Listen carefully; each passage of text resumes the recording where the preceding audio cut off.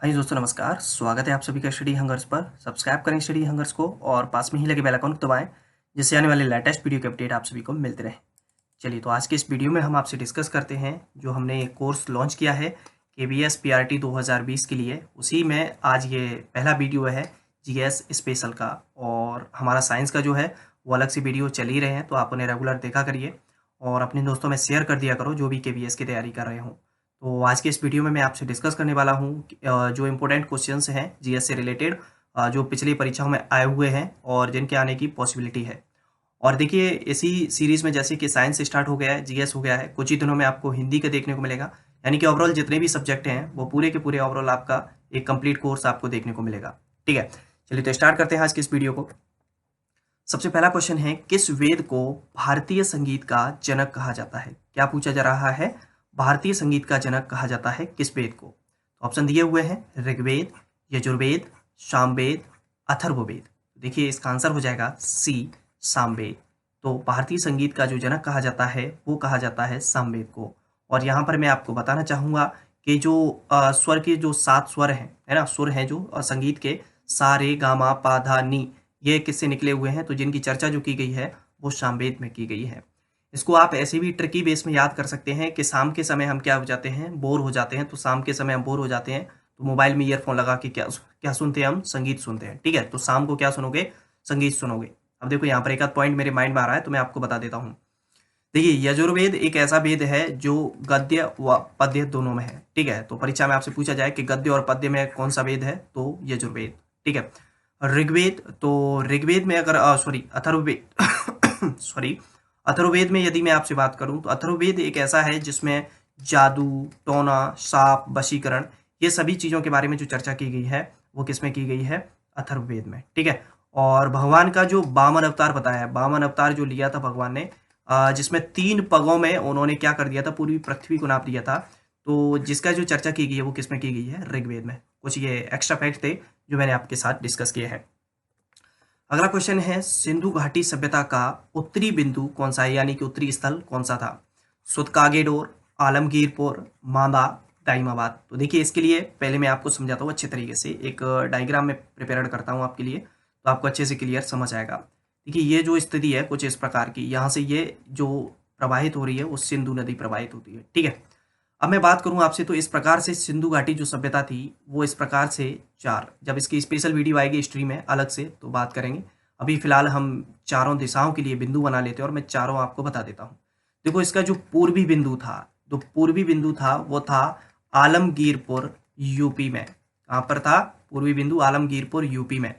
उत्तरी जो बिंदु था, उत्तरी बिंदु था वो था मांदा, J&K, यानी कि जम्मू कश्मीर में। ठीक है, और पश्चिमी बिंदु जो था वो था सुत कागेडोर, बलूचिस्तान, यानी कि जो वर्तमान में पाकिस्तान वाले हिस्से में आता है। ठीक है, और दक्षिणी बिंदु जो था, दक्षिणी बिंदु जो था वो था दाइमाबाद, और दाइमाबाद है महाराष्ट्र में। कहां पर है? महाराष्ट्र। ठीक है, तो 4 बिंदु हुए। कौन कौन से? पूर्वी बिंदु जो हुआ सिंधु घाटी सभ्यता का पूर्वी स्थल, जहां तक खुदाई की गई थी, तो पूर्वी स्थल था आलमगीरपुर, यूपी में। और पश्चिमी स्थल जो था वो था सुतकागेडोर, बलूचिस्तान में। और उत्तरी बिंदु जो उत्तरी स्थल था वो था मांदा, जम्मू कश्मीर। और दक्षिणी बिंदु था वो था दाइमाबाद, महाराष्ट्र। यानी कि यदि मैं आपसे बात करूं, इन चारों दिशाओं में इन स्थानों तक सिंधु घाटी सभ्यता की क्या की गई थी? खुदाई की गई थी। तो सिंधु घाटी सभ्यता का कौन सा बिंदु पूछ रहा है? उत्तरी बिंदु। उत्तरी बिंदु दिख रहा है क्या? जी हाँ, मांदा। और मांदा कहां पर है? मैं आपको बता चुका हूं, J&K, यानी कि जम्मू कश्मीर में। तो आपका आंसर हो जाएगा सी। ठीक है, अगला क्वेश्चन है एलोरा। एलोरा के प्रसिद्ध कैलाश मंदिर, वेरी वेरी इंपोर्टेंट, कई बार आता है परीक्षाओं में, कि एलोरा के प्रसिद्ध कैलाश मंदिर का निर्माण किसने करवाया? गुप्तों ने, राष्ट्रकूटों ने, शुंगों ने, मौर्यों ने? तो यहाँ पर मैं आपको बताऊंगा कि कैलाश मंदिर का जो निर्माण करवाया एलोरा के, वो करवाया राष्ट्रकूटों ने। इसका आंसर हो जाएगा हमारा बी। अगला क्वेश्चन है, गुलाम वंश। गुलाम वंश का संस्थापक कौन था? गुलाम वंश का संस्थापक कौन था? तो कुतुबुद्दीन ऐबक, बलबन, इल्तुतमिश, रजिया सुल्तान। तो गुलाम वंश का जो संस्थापक था वो था कुतुबुद्दीन ऐबक। और कुतुबुद्दीन जो ऐबक था वह गुलाम था किसका? मोहम्मद गौरी का। किसका गुलाम था? मोहम्मद गौरी का। मोहम्मद गौरी अपना जीता हुआ प्रदेश यानी कि जीती हुई जगह किसको सौंप जाता है, कुतुबुद्दीन ऐबक को।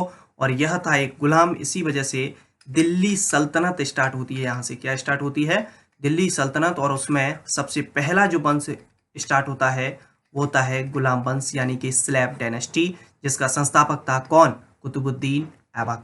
ठीक है, अगला क्वेश्चन है जहांगीर के बाद सिंहासन पर कौन बैठा। अब देखिए ये अच्छा क्वेश्चन है, और ये जब तक आपको नहीं पता चलेगा, जब तक आपको इसका कॉन्सेप्ट नहीं पता है। ठीक है, ऑप्शन दिए हुए हैं बाबर, औरंगजेब, शाहजहां, हुमायूं। तो इसके लिए आज से आप जीवन में कभी नहीं भूलोगे, एक ट्रिक याद रखना, भाज शाह। ठीक है, तो बी से बनेगा बाबर, एच से बना हुमायूं, और ए से बनेगा अकबर, जे से बना जहांगीर, एस से बना शाहजहां, और ए से बना औरंगजेब। ठीक है, तो ये क्रम है, आपको याद रखें, जीवन में नहीं भूलें।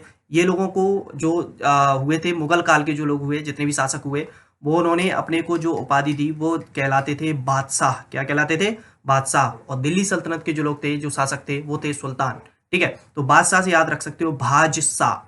बाबर का हुमायूं, हुमायूं का अकबर, अकबर का जहांगीर, जहांगीर का शाहजहां, और शाहजहां का औरंगजेब। तो पूछ रहा है किसके बाद, जहांगीर के बाद। तो जहांगीर के बाद कौन बैठेगा गद्दी पर भाई, शाहजहां का क्रम आ रहा है। तो शाहजहां ऑप्शन में जी है क्या, जी हाँ, सी।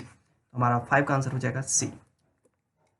अगला क्वेश्चन है जलियांवाला बाग हत्याकांड कब हुआ। तो ये पंजाब के अमृतसर में हुआ था जलियांवाला बाग हत्याकांड। तो ये कब हुआ, ऑप्शन दिए हुए हैं 13 अप्रैल 1919, 22 अप्रैल 1919, 1 मई 1933, 12 अप्रैल 1905। तो जलियांवाला बाग हत्याकांड हुआ था 13 अप्रैल 1919 को। डेट याद रखें, इंपोर्टेंट है, कई बार पूछ ली जाती है। अगला क्वेश्चन है सबसे कम समय में कौन सा ग्रह अपनी धुरी पर चक्कर लगाता है। वो कह रहे हैं कि अपनी धुरी पर ही घूम जाए, अपनी धुरी पर सबसे कम समय में ऐसा कौन सा ग्रह है जो घूम जाता है, बुध, शुक्र, बृहस्पति, पृथ्वी। तो अपनी धुरी पर सबसे कम समय में जो चक्कर लगाता है वो लगाता है बृहस्पति, 10 घंटे में। ठीक है, तो इसका आंसर हो जाएगा 7 का आपका सी। अगला क्वेश्चन है पृथ्वी के उत्तरी गोलार्ध में 23.5 डिग्री पर कौन सी रेखा है। ठीक है, 23.5 डिग्री पर कौन सी रेखा है, ये पूछा जा रहा है आपसे। कर्क रेखा, विषुवत रेखा, मकर रेखा, और आर्कटिक रेखा। देखिए एक छोटा सा एक डायग्राम बनाता हूँ और समझाता हूँ आपको कि ये है हमारी पृथ्वी। देखो भाई इसी प्रकार का डायग्राम बनेगा, तो चिंता ना करें। ठीक है, और इसको बीच में से 0 डिग्री पर एक रेखा काटती है जिसका नाम है विषुवत रेखा, जिसे हम भूमध्य रेखा भी कहते हैं। ठीक है, जिसे इंग्लिश में कहेंगे इक्वेटर कह देते हैं। क्लियर है, यहां से क्या होता है कि पृथ्वी 2 भागों में बट गई, एक ये ऊपर वाला हिस्सा और एक ये नीचे वाला। ऊपर वाला जो कहलाता है वो कहलाएगा उत्तरी गोलार्ध, यानी कि नॉर्थ हेमीस्फीयर, और नीचे वाला जो कहलाता है वो कहलाता है दक्षिणी गोलार्ध, यानी कि सदर्न हेमीस्फीयर। ठीक है, और उत्तरी गोलार्ध में 23 हाफ डिग्री पर, 23.5 डिग्री पर जो है वो है कर्क रेखा। ठीक है, जिसे कहते हैं ट्रॉपिक ऑफ कैंसर। और नीचे सदर्न हेमीस्फीयर में जो है 23.5 डिग्री पर वो है मकर रेखा, जिसे कहते हैं ट्रॉपिक ऑफ कैप्रिकॉर्न। ठीक है, तो याद रखें पूछ कौन से ग्रह है, उत्तरी गोलार्ध का। और उत्तरी गोलार्ध में यदि मैं आपसे बात करूं 23.5 डिग्री पर कौन सी रेखा है, कर्क रेखा। तो हमारा आंसर हो जाएगा ए। ये केवीएस में आया वो क्वेश्चन है। ठीक है, अगला है लाल सागर और भूमध्य सागर को जोड़ने वाली नहर कौन सी है। लाल सागर और भूमध्य सागर को जोड़ने वाली नहर कौन सी है, कील नहर, स्वेज नहर, नील नदी, गंगा नदी। तो देखिए लाल सागर और भूमध्य सागर को जो जोड़ने वाली नहर है वो है स्वेज नहर। तो हमारा आंसर हो जाएगा बी। और यहीं पर मैं एक क्वेश्चन मेरे माइंड में आ रहा है तो बता देता हूँ कि उत्तरी सागर और बाल्टिक सागर। ठीक है, याद रखें उत्तरी सागर और बाल्टिक सागर, इन दोनों को जो जोड़ने का काम करती है वो कौन सी नदी करती है, कील नहर करती है। ठीक है, कील नहर क्या काम करती है, उत्तरी सागर और बाल्टिक सागर को जोड़ने का कार्य करती है। तो इसके लिए एक ट्रिक भी मेरे माइंड में बन रही है, तो मैं बता देता हूँ। इसके लिए याद रख सकते हैं कील उत्तरा बाल्टी में, कि क्या है कि हमारी जो बाल्टी थी वो क्या है, फूट गई। तो उसके लिए हमने क्या कर दिया, उसकी तलहटी में एक कील लगा दी। कील मतलब समझ रहे हैं ना, तो ये कील लगा दी, उससे क्या है पानी नहीं निकलेगा। तो कील उतरा बाल्टी में, तो कील नहर कैसे जोड़ रही है, उत्तरी सागर और बाल्टिक सागर को। अगला क्वेश्चन है जोग या गरसोप्पा जलप्रपात, बहुत पूछा जाता है, इंडिया में ये काफी फेमस है। तो जोग या गरसोप्पा जलप्रपात कौन सी नदी पर स्थित है, कौन सी नदी पर है, गंगा, शरावती, कृष्णा, गोदावरी। तो जोग या गरसोप्पा जलप्रपात जो है भारत में शरावती नदी पर है। ठीक है, इसका आंसर हो जाएगा बी। और इस जलप्रपात को महात्मा गांधी जलप्रपात भी कहते हैं। कौन सा कहते हैं? महात्मा गांधी जलप्रपात भी इसे कहते हैं, याद रखें। अगला क्वेश्चन है 2011 की जनगणना के अनुसार भारत का जनसंख्या घनत्व, पॉपुलेशन डेंसिटी, जनसंख्या घनत्व कितना है? 325 व्यक्ति प्रति वर्ग किलोमीटर, 382 व्यक्ति प्रति वर्ग किलोमीटर, 243 व्यक्ति प्रति वर्ग किलोमीटर और 313 व्यक्ति प्रति वर्ग किलोमीटर। तो इसका आंसर है बी, 382 व्यक्ति प्रति वर्ग किलोमीटर। ठीक है। अगला क्वेश्चन है पहली पंचवर्षीय योजना किस मॉडल पर आधारित थी? Herald Domar, PC Mahalanobis, Mahatma Gandhi, इनमें से कोई नहीं। तो पहली पंचवर्षीय योजना जो आधारित थी वो थी हैराल्ड डोमर मॉडल पर आधारित। तो हमारा 12 का आंसर हो जाएगा ए। और पीसी महालनोबिस मॉडल पर आधारित थी दूसरी पंचवर्षीय योजना। ठीक है, हो सकता है इस बार पहली आई है और फिर अगली बार हो सकता है दूसरी आ जाए, तो याद रखें दूसरी पंचवर्षीय योजना किस पे थी? पीसी महालनोबिस पे। पहली पूछ रहा है तो पहली है हैराल्ड डोमर मॉडल पे।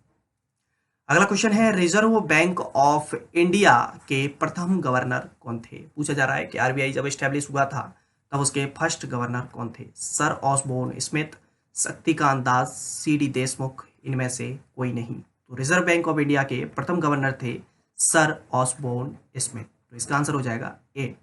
वर्तमान में जो आरबीआई के गवर्नर हैं वर्तमान में वो हैं शक्तिकांत दास। ठीक है। और प्रथम स्वतंत्र भारत के, ठीक है, याद रखें, स्वतंत्र भारत के प्रथम गवर्नर जो हुए वो हुए सीडी देशमुख। ठीक है, तो ये तीनों क्वेश्चन आपसे डिस्कस हो गए। अगला क्वेश्चन है संविधान संशोधन यानी कि कॉन्स्टिट्यूशन अमेंडमेंट की प्रक्रिया किस देश के संविधान से ली गई है? संविधान संशोधन की प्रक्रिया किस देश के संविधान से ली गई है? अमेरिका, रूस, दक्षिण अफ्रीका और दक्षिण अफ्रीका, यहाँ पे कंट्री आना था और ये आ गया, कोई दिक्कत नहीं, नीति निर्देशक तत्व। ठीक है, तो देखिए संविधान संशोधन की जो प्रक्रिया ली गई है, संविधान संशोधन की प्रक्रिया ली गई है आपकी दक्षिण अफ्रीका से। तो ये आपका आंसर हो जाएगा, इसका क्या है? सी। देखिए इसके लिए एक छोटी सी ट्रिक बता दूं, SASS सास, तो क्या बन जाएगा? S से बन जाएगा साउथ और A से बन जाएगा अफ्रीका और SS से बना देना संविधान संशोधन। ठीक है, संविधान संशोधन, इस प्रकार से भी आप इसको याद रख सकते हैं। अमेरिका से लिए गए मौलिक अधिकार, अमेरिका से लिए गए हैं मौलिक अधिकार। ठीक है, और रूस से लिए गए हैं मूल कर्तव्य, याद रखें रूस से क्या लिए गए हैं? मूल कर्तव्य। और नीति निर्देशक तत्व लिए गए हैं आयरलैंड से। कहाँ से लिए गए हैं? आयरलैंड से, याद रखें। अगला क्वेश्चन है राज्यसभा का सभापति होता है कौन? तो राष्ट्रपति, उपराष्ट्रपति, प्रधानमंत्री, मुख्यमंत्री। तो राज्यसभा का सभापति जो होता है वो होता है उपराष्ट्रपति। और वर्तमान में जो भारत के उपराष्ट्रपति हैं वो हैं वेंकैया नायडू। कौन है? वेंकैया नायडू। और प्राइम मिनिस्टर तो आपको पता है, हमारे प्राइम मिनिस्टर हैं नरेंद्र मोदी। और राष्ट्रपति भी आपको पता है कौन है।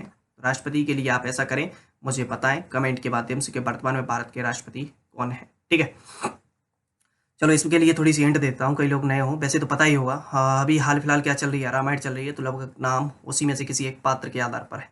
ठीक है, अगला क्वेश्चन है संविधान के किस भाग में राजभाषा का उल्लेख है? संविधान के किस भाग में राजभाषा का उल्लेख है? भाग 2, भाग 20, भाग 17, भाग 4।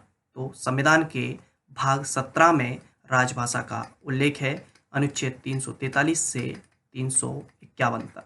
ठीक है, इसको डिस्कस करेंगे जब डिटेल कॉन्स्टिट्यूशन पढ़ेंगे तब। भाग 2 में जो बात कही गई है वो कही गई है सिटीजनशिप यानी कि नागरिकता के बारे में। और भाग 20 जो दर्शाता है वो दर्शाता है संविधान संशोधन को।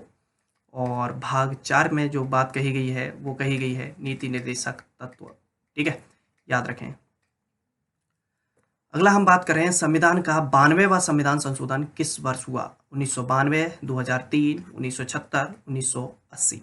संविधान का 92वां संविधान संशोधन हुआ था 2003 में, जिसमें संविधान की 8वीं अनुसूची में, कौन सी अनुसूची में?